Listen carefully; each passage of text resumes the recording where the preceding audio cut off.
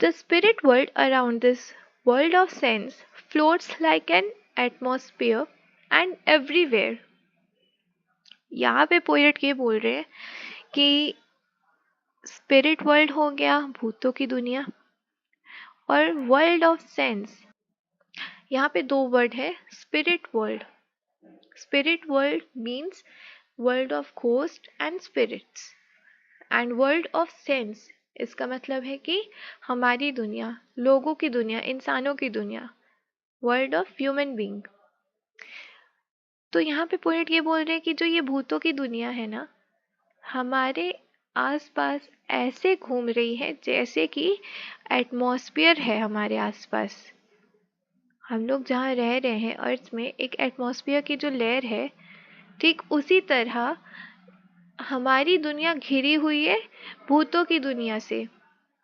जैसे कि ऑक्सीजन है, आप दुनिया के किसी भी कोने में चल जाओ, ऑक्सीजन रहेगा. ठीक उसी तरह भूतों की दुनिया भी हर जगह है. Waft through these earthy mists and vapors dense. Wafts का मतलब होता है flowing in air lightly, हवा में बहना.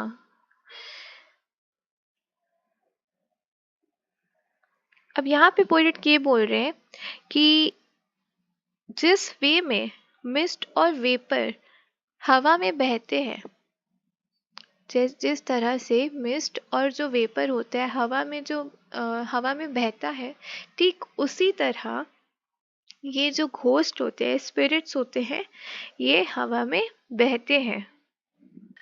A vital breath of more ethereal air. The spirit world is like a breath of pure light air, different from heavy dense world we live in.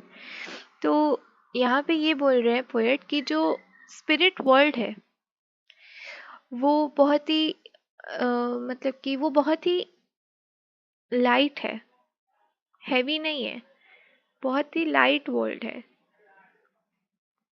But ये जो world है जहाँ हम लोग रह रहे हैं, ये बहुत हैवी है. स्टैंजा 7.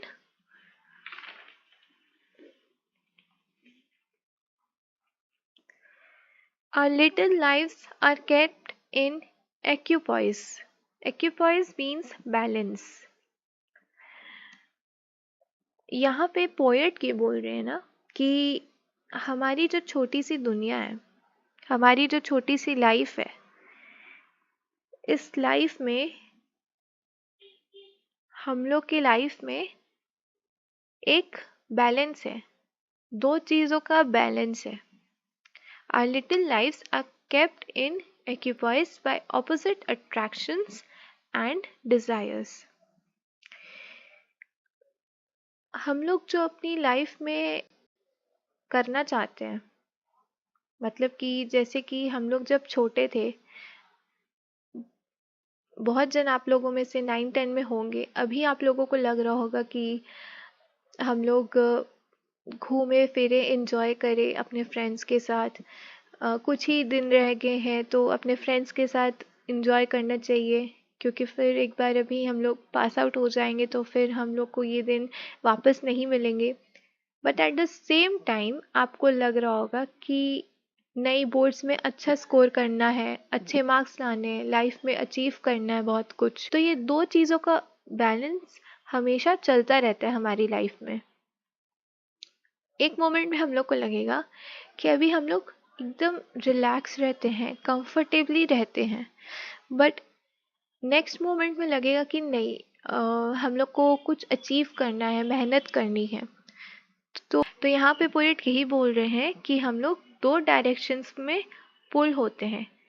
एक कि हम लोग को घूमना है, फिरना है, अपने फ्रेंड्स के साथ एंजॉय करना है, मटेरियलिस्टिक थिंग्स को एंजॉय करना है.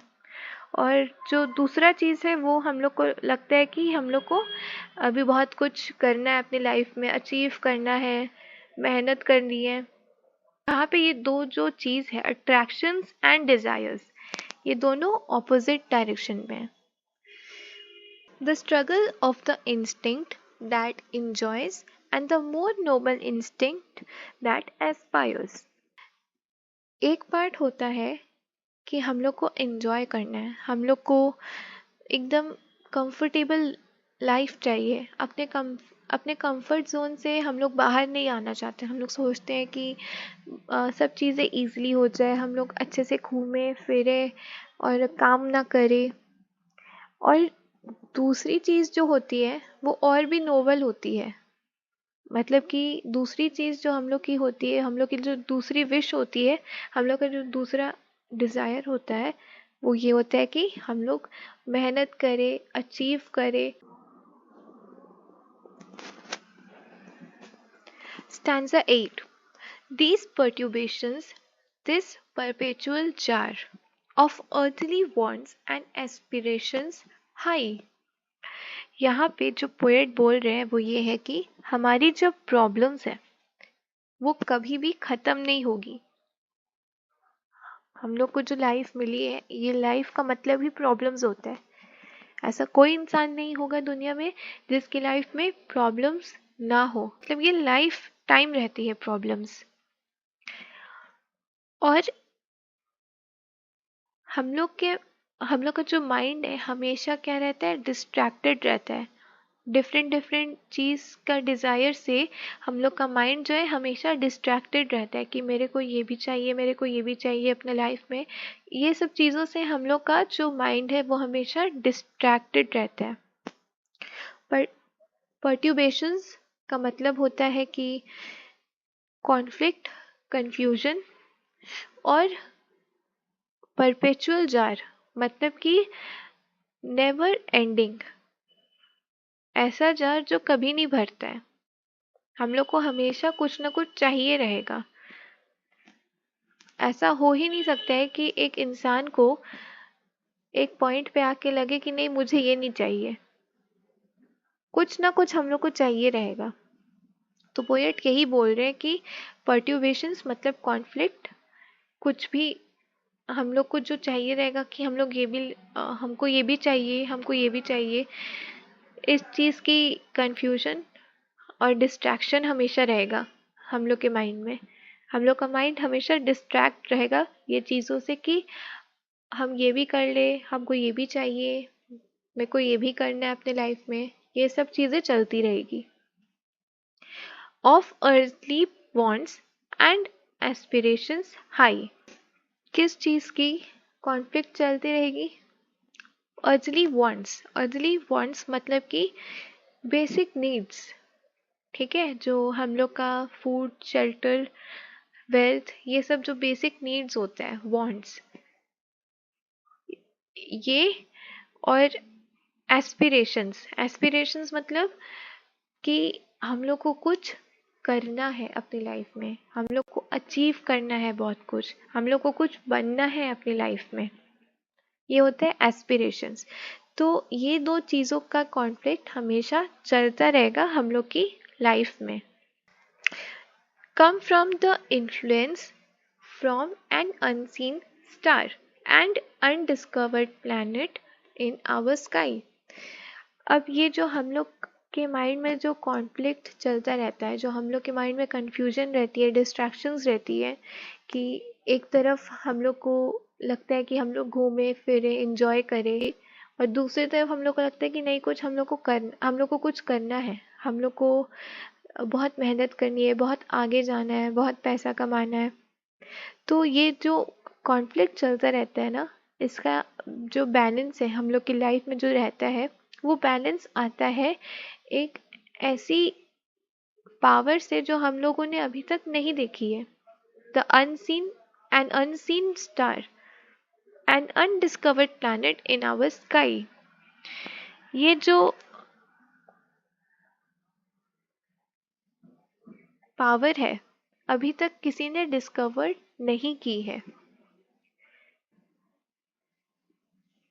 Stanza 9. And as the moon from some dark gate of cloud throws over the sea a floating bridge of light. ये पैराग्राफ को समझने के लिए एक पिक्चर दिखाती हूँ मैं। अब इस पिक्चर में आप देख सकते हैं कि जो मून है उसका जो रिफ्लेक्शन है वो सी में पड़ रहा है एंड ये एक रास्ते की तरह दिख रहा है आपको। पानी में जो मून की जो लाइट है लाइन से, ये ऐसा लग रहा है कि एक कोई रास्ता है। तो ये ये जो है पोएट ये बोल रहे हैं कि ये जो रास्ता आपको दिख रहा है ये एक ब्रिज है। सिंपल सी चीज है। यहाँ पे पोएट ये बोल रहे हैं कि इस पिक्चर में जो मून का रिफ्लेक्शन पड़ रहा है सी में, पानी में जो मून की लाइट पड़ रही है वो लाइट ऐसा लग रहा है कि एक ब्रिज है। Across whose trembling planks are fancies crowd into the realm of mystery and night। अब ये जो ब्रिज मैंने बताया, जो पोएट बोल रहे हैं कि ये एक ब्रिज की तरह है, ये एक ब्रिज है। ये ब्रिज पोएट बोल रहे हैं कि ये ब्रिज बना हुआ है वुडन प्लैंक से, लकड़ी से। जैसे नॉर्मल एक ब्रिज होता है लकड़ी का बना होता है, वही पोएट बोल रहे हैं कि ये जो ब्रिज है जो मून की रोशनी से बन रहा है, सी में, पानी में मून के रिफ्लेक्शन से बन रहा है, ये ब्रिज किसका बना हुआ है? लकड़ी का बना हुआ है, वुडन प्लैंक्स का बना हुआ है। जो ये ब्रिज है जो बना हुआ है वो एक तो लकड़ी से बना हुआ है और इस ब्रिज के ऊपर हमारी इमेजिनेशन आके गैदर होती है। जितना कुछ भी हम लोग इमेजिन करते हैं वो सब चीजें इस ब्रिज के ऊपर आके इकट्ठी होती है, गैदर होती है। अब ये ब्रिज है किस चीज का? ये ब्रिज हम लोग को कनेक्ट कहाँ कर रहा है? इस चीज के बारे में पोएट बात कर रहे हैं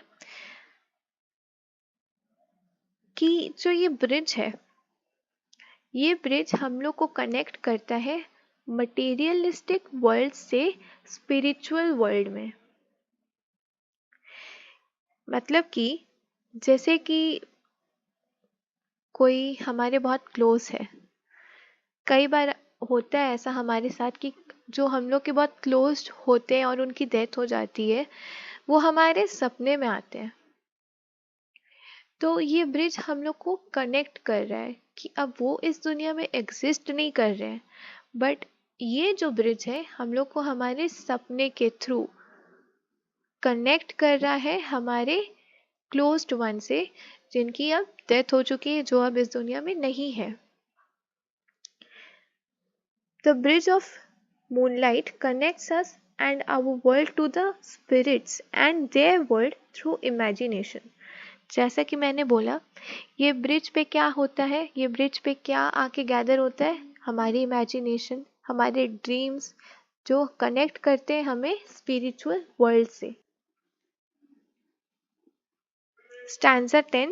So, from the world of spirits there descends a bridge of light connecting it with this।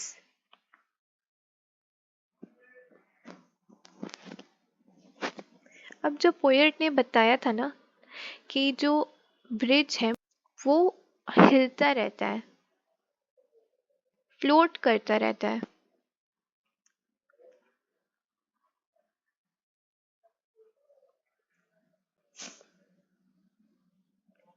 Over whose unsteady floor that sways and bends wander our thoughts above the dark abyss। अब जैसा कि आप ये picture में देख रहे हैं कि ये जो लाइट का, मून लाइट का जो ब्रिज हमें बना हुआ दिखाई दे रहा है, रियल में वो ब्रिज नहीं है, वो ब्रिज जैसा हमें जो दिखाई दे रहा है, पोएट ये बोल रहे हैं कि ये जो ब्रिज है ना ये हिलता रहता है। It keeps on moving, it keeps on floating on air. और जब ये ब्रिज हिलता है तो हमारी सोच, हमारी इमेजिनेशंस वो भी इस ब्रिज के साथ मूव करती है और फ्लोट करती है।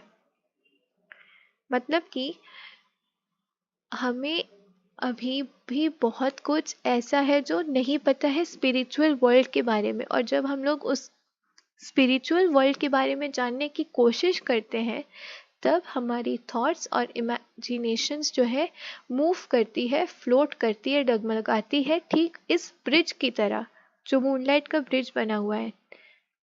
जैसे ये हिलता है, मूव करता रहता है, डगमगाता रहता है, ठीक उसी तरह हमारी सोच, हमारी इमेजिनेशन भी मूव करती है और फ्लोट करती है। जैसे कि मान लीजिए कि आप लोगों ने सुना होगा कि बचपन में सुना होगा भूत होते हैं।